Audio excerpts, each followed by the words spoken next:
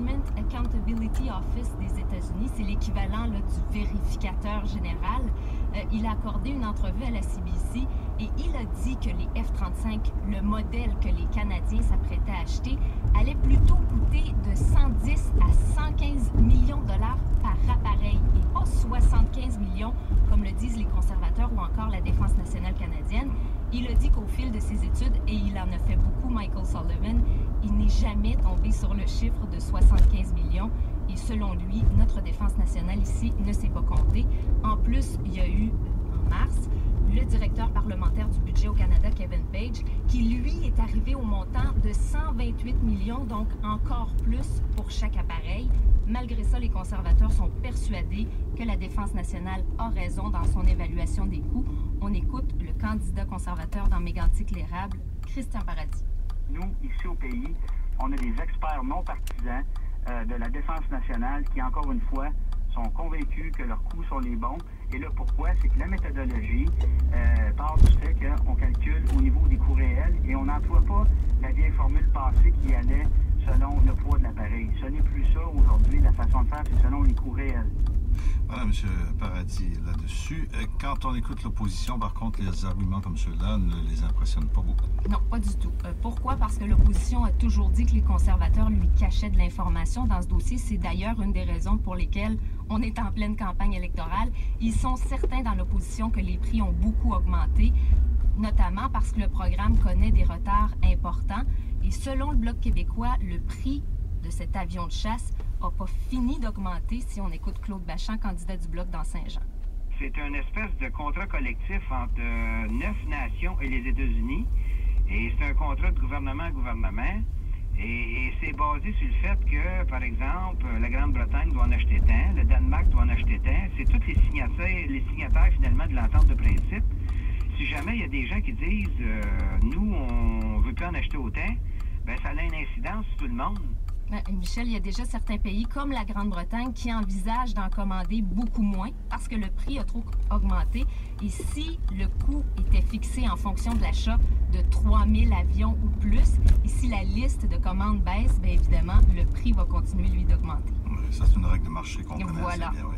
Il n'y a pas que l'éventuelle augmentation en flèche des prix de ce chasseur-là qui inquiète au Bloc québécois, parce que ils le disent toujours, ce sont les intérêts du Québec qui les préoccupent. Alors, les retombées éventuelles pour le Québec, ils ne sont pas satisfaits, les bloquistes.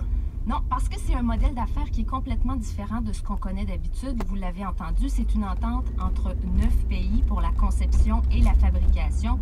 Et Lockheed Martin, qui est le constructeur, a refusé de s'engager à garantir des retombées régionales. Parce qu'habituellement, les contrats respectent une politique de retombées industrielles et ça prévoit quoi? Par exemple, si le Québec représente 55% de l'industrie aéronautique, eh bien, il a l'équivalent de 55% des retombées au Canada. Cette fois, ça ne fonctionne pas du tout comme ça, mais ça n'inquiète pas l'industrie parce qu'on dit que c'est un programme historique qui va rapporter des retombées historiques pour les entreprises québécoises qui sont en fait le chef de file dans le domaine. On écoute la directrice générale d'Aéro Montréal, Mme Suzanne Benoît.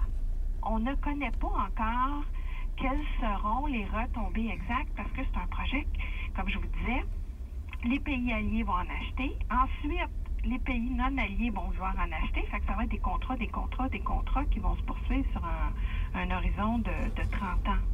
Donc, on entend, là, Michel, une industrie enthousiaste, mais ils doivent quand même se poser la question, par exemple, si les libéraux étaient élus un jour, eux qui n'aiment pas le programme tel qu'il est conçu maintenant, ils ont même dit qu'ils le déchireraient, ce contrat qui n'existe pas parce qu'il n'y a pas de prix dessus.